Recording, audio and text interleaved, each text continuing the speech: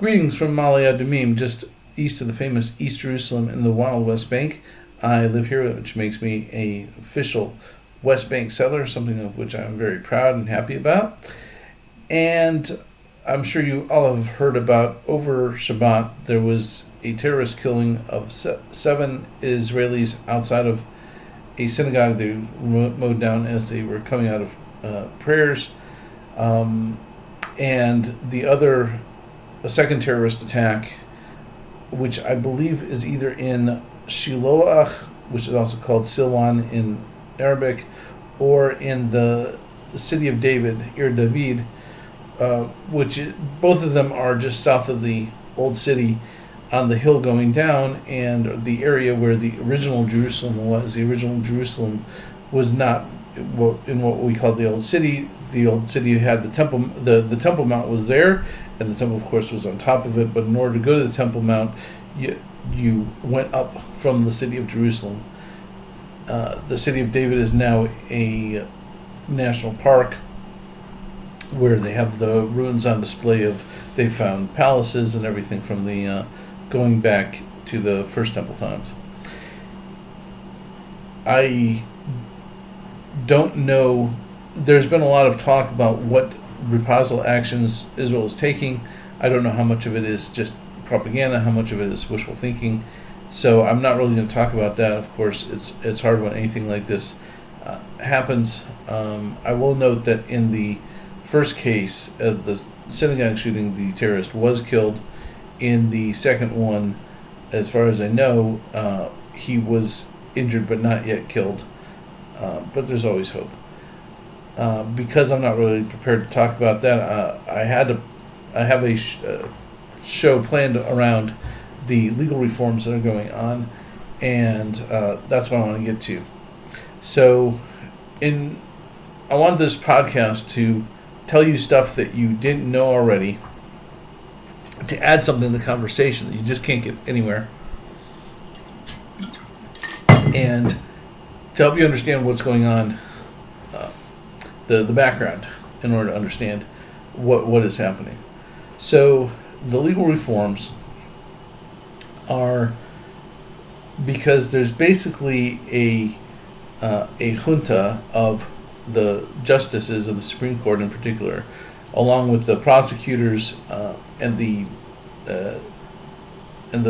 to some extent the lower courts, but basically between the Supreme Court and the prosecutors, where they have taken over things that would normally be part of the legislative process, and there is no check or balance on them. The argument on the other side has been, well, we have to have a check and balance on the government, and I totally agree. I think everybody agrees to that, and no one is proposing striking down the court in general. But to put some balances on what the court can do, what are their limitations? Because right now there aren't any.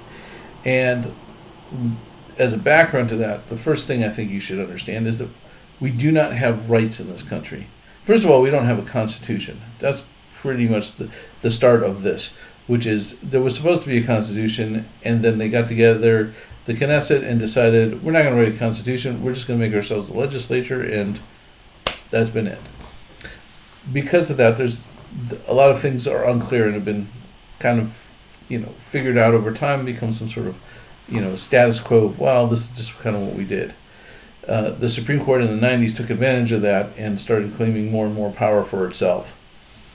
And since there's nothing with which to go back to them and say, no, you can't do that, that's the way it is. So, first of all, because we have no constitution, we have no rights.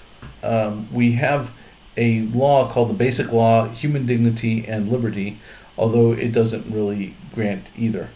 Because the first problem is that as soon as you have a law that's supposed to grant some sort of rights, and it says dignity, then you don't have any rights, because, well, you may have had that, you may have thought you had that right, but for free speech, you have a right to free speech, but if you insult my dignity, whatever that means, then you're in violation of that. So what can that mean? As an example, there was a case in 1997 where a young lady was arrested, convicted, and served time for drawing Muhammad as a cartoon. So we do not have freedom of speech. We do not have freedom of assembly. The police can... You have to have a demonstration, you have to go to the police and request a permit. The police can turn you down for any reason or no reason. I attended a demonstration on Saturday night that got pushed back inside a light rail station to the other side. You'd have to know somebody was there in order for you to see the protest. Granted, there were not big numbers at this protest. We were trying to protest for more action over the killings on Shabbat. But be that as it may, you don't have the freedom of protest. You don't have and freedom of speech. There was a case recently that there was an Arab. This happened in Nazareth. An Arab refused to get up for the Holocaust Memorial siren. We have a siren that goes off on Yom HaShoah, not this international BS thing that goes on, but on Yom HaShoah, we have a siren that goes off and everyone stands up, stands at attention, and this Arab refused to do it. A child of Holocaust survivors got mad at him, went up and started yelling at him, and apparently, and the guy says he doesn't remember it, called him a dirty Arab. Because he called him a dirty Arab, and an Arab woman judge in Nazareth, who the Stand With Us was very happy to see promoted to the district court, fined him 15,000 shekels, or $5,000. There's actually also a law about the Holocaust denial, and she said that you could have brought charges against him for Holocaust denial by even for minimizing the Holocaust. That's a crime, but you didn't bring the charges, so therefore you're out of luck. So that's freedom of speech. Freedom of religion, of course, you probably all know that Jews are forbidden to pray on the Temple Mount in Israel. Probably one of the few countries I know about where a private prayer is an arrestable offense. You have that in Jerusalem on the Temple Mount. You may have noticed that Minister Ben-Gvir went to the Temple Mount a few weeks ago. It caused an international uproar, and the truth was, because there's this status quo which isn't really written down anywhere. It's just kind of the way things have shaken out in order not to upset too many Arabs, especially Jordan, for whatever reason. And the truth is that he had stuck to what they said the status quo was, which is he visited and he did not pray there. Because if he prayed there, okay, that would have been a violation of the status quo. That could have gotten him arrested, perhaps even as a minister, even though he has immunity. I'm not sure exactly how that works. But you are not allowed to pray there. Sometimes it's enforced, sometimes it's not enforced, but plenty of people have been arrested, even old men just making a blessing over some water because it's hot in the sun up there. Okay, so freedom of religion, no. Freedom of speech, no. This basic law is first of all, you should know that a basic law just means they put the words basic law in front of the law. However, the Supreme Court has interpreted that to mean that it's the equivalent of a constitution.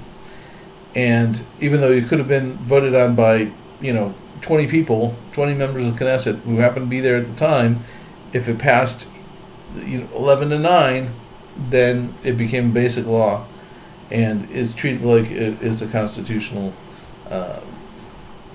clause. The basic law says that you can't be denied of things like property, of life, you can't be incarcerated, what else? You're free to leave Israel. Every Israeli national has the right to entry into Israel from abroad. You're entitled to protection of their life, body, and dignity, whatever that means. And but the thing is that they immediately say there shall be no violation of these rights under this basic law, except by a law befitting the values of the state of Israel enacted for a proper purpose. and to an extent no greater than is required. So in other words, if we want to violate them, we can. This is not the equivalent of what the Americans say, Congress shall make no law. There's no such thing. Okay, so we don't have rights. We don't have a constitution. We have these basic laws, and then the Supreme Court has said, okay, but we're not just going to interpret law based on the basic laws. We're not going to just strike down laws because they violate a basic law, as is done in the U.S. Whatever you think of the whole Roe v. Wade and then passing and then getting overturned, they were both based on the idea that in the Constitution you either have this right or you don't have this right. And if you don't have this right based on the Constitution, it goes to the states. In Israel, they have the concept of reasonableness. Now, this is not to be confused with the reasonableness of like the Fifth Amendment in the U.S. Constitution, which says you have a right against unreasonable searches and seizures, because that's where unreasonable is written into the law, and that becomes the standard of, well, how do you tell whether this is okay under that particular constitutional amendment? That's not what they said. What they said is a carte blanche of, we don't think this law is reasonable. We have no legal basis to do it. There is no constitutional problem. There is no even other law that contradicts what you just did. Even, especially basic law. There's no law at all that contradicts what you just did, but we're saying you can't do it because we find it unreasonable. In the propaganda sphere, I heard a podcast from the Times of Israel where a particular law professor said, well, I've never, let me back up. The right wing has said, the judges strike down laws because they don't like them. And that's a reason to strike down a law, because I don't like this law. And this law professor said, chas v'chalila, they don't strike down laws because they don't like them. No justice has ever cited the reason as, I don't like this law. No, they say it's unreasonable. We don't like it so much that we think that anybody who passed it would be crazy, or anyone who took this action, because other government actions, for instance, most recently appointing a particular person as a minister, we think this government action is so, we dislike it so much, we think anybody who did it was crazy, and therefore it's unreasonable. So it's semantics and it's BS. They strike down laws because they don't like them. Okay. The two big ones that I believe of the legal reforms that have been proposed, three. There was three. There's unreasonableness. Strike that down. You can't rule laws unreasonable. There's also been a proposal that you could only strike down a law based on a basic law. So in other words, if you say you pass this other law but it violates this basic law, okay, you know what? But you could not strike down a basic law, which the Supreme Court has not done, but has threatened to do. They said, well, we could take that basic law of human dignity, make it mean whatever we want to mean, and then strike down another basic law that comes along. They have not done that, even with the nationality law that passed a couple of years ago. They have not done that, but they've threatened it. So they believe they have the power to do it.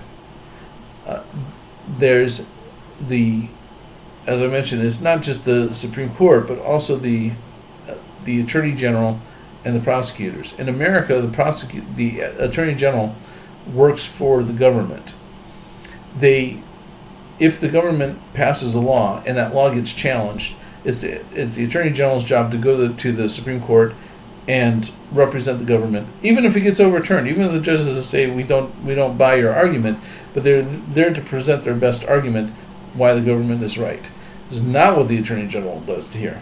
What the Attorney General can do here is, first of all, they can preemptively say this law is illegal, or this law is unreasonable, this action is unreasonable, so that the Supreme Court has held, oh, that's binding. So the fact that the Attorney General said it, that makes it so.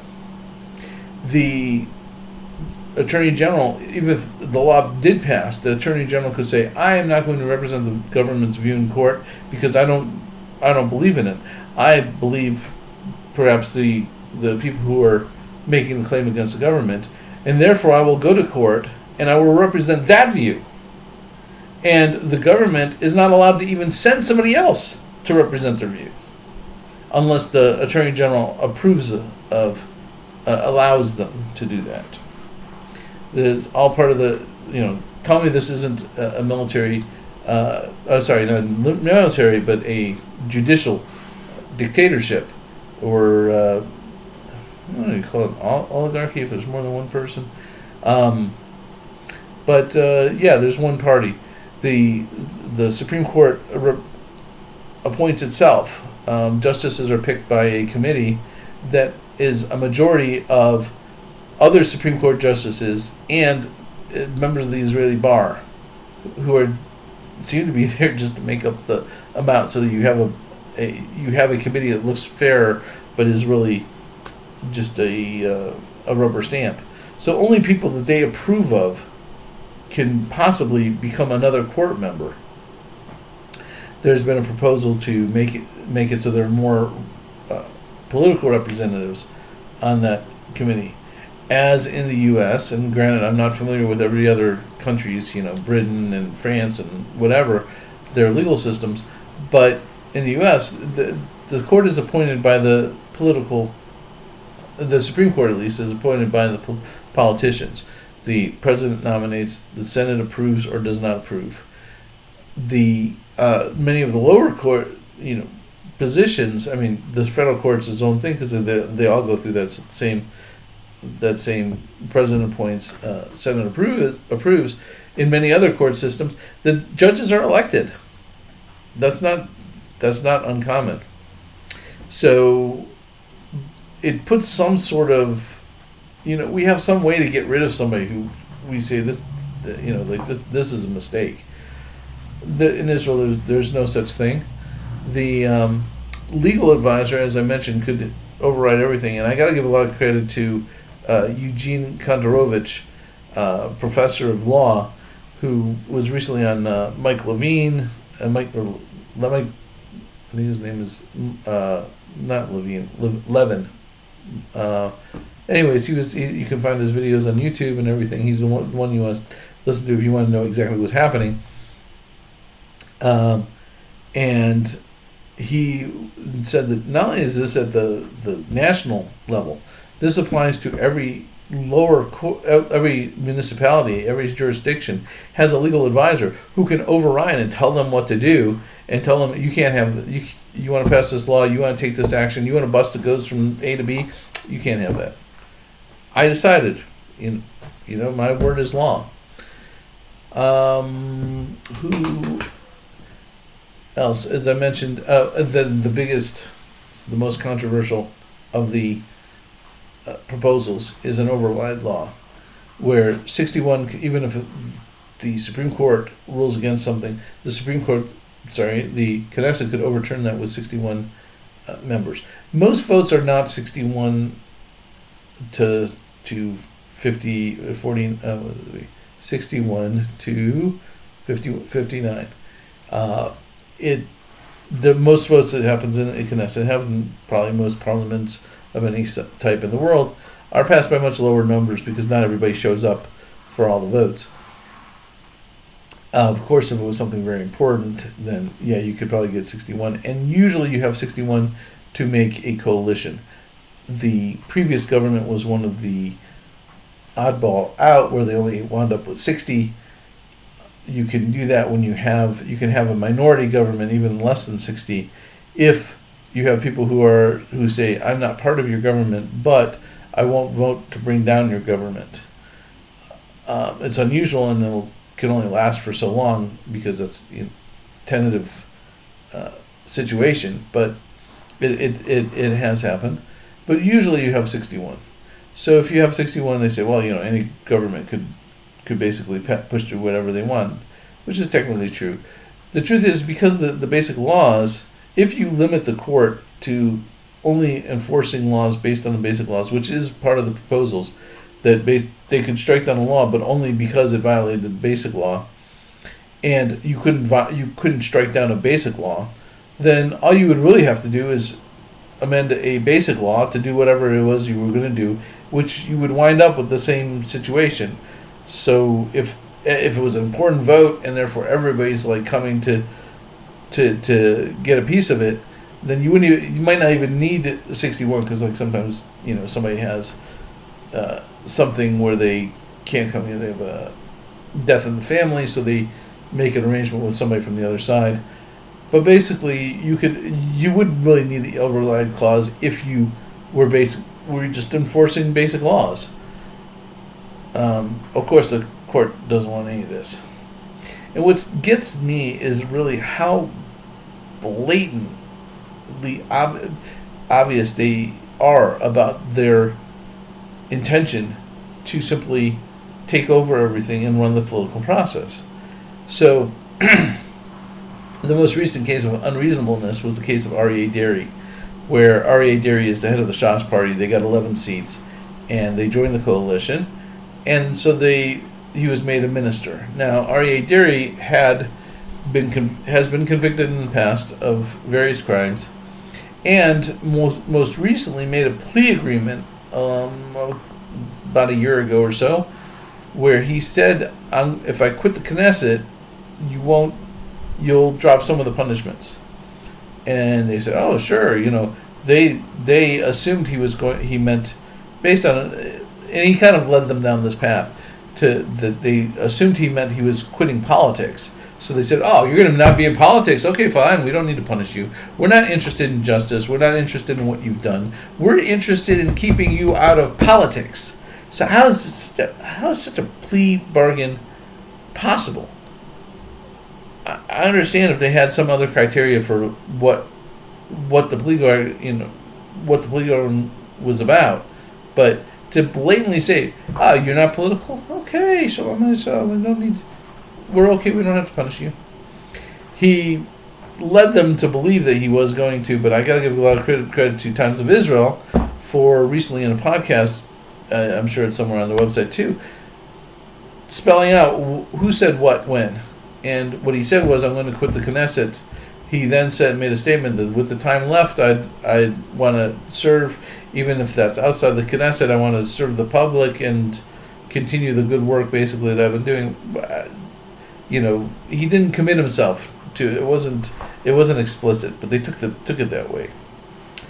The Netanyahu has been on trial for years now, and they don't seem close to winning, but they don't really want to give up the trial either. So they keep throwing this out there. Oh, how can you have an indicted prime minister? This is ridiculous. Now, to their credit, the current coalition and everything, and even before that, they said, we just don't care. Like, you didn't, especially since the Supreme Court has not explicitly said you cannot serve. So he is currently serving as prime minister. However, they had proposed in a plea, if I understand this correctly, they proposed in a plea agreement that he not participate in discussions where it could affect it was a conflict of interest for him to participate in legislative actions that could affect his trial. And therefore, the Attorney General was considering barring him from making him take a leave of absence because these legal reforms are being pushed through right now. So far, she hasn't done it, and it seems that maybe because she got some pushback on this, as I just mentioned, it's kind of blatant, like, well, you're going to hurt us, so you can't participate in that. I don't know how much good it would do anyways, because there's still 63 other members of the coalition. Even if they said, well, Netanyahu has to take a hiatus while we discuss this legislation, what difference would that possibly make? The most egregious one I thought was today, where the in addition to the attorney general, everything who can strike down laws or whatever, the legal counsel for a particular committee, the committee discussing this, that said that because this is such a sweeping change, it's his legal opinion that it has to wait till the next election. So just they just spell it out there, don't even bother trying to cover it up. Well, you guys won, but we're afraid, we're hoping maybe we could get back some power next round. So therefore, wait till the next guys come in. You can't do it. As the coalition is pointing out, there's been plenty of amendments to basic laws that happened right away. There was no, hey, let's wait for the next government. I don't think anybody ever proposed that, because no politician in their right mind proposes, hey, I've got a majority now, I might be who knows what next week, and another election is supposed to be not for 4 years. So, nobody wants to wait that long if you've got something important to do. This is just crazy. Anyway, just blatantly we're in charge, and we want to keep our little junta together. So I wish the government luck in passing all of these reforms. Of course, I wish them the best in making us safer and punishing those who are trying to kill us. Cuz. Okay, all the best, everyone. Shalom from Mali Admin.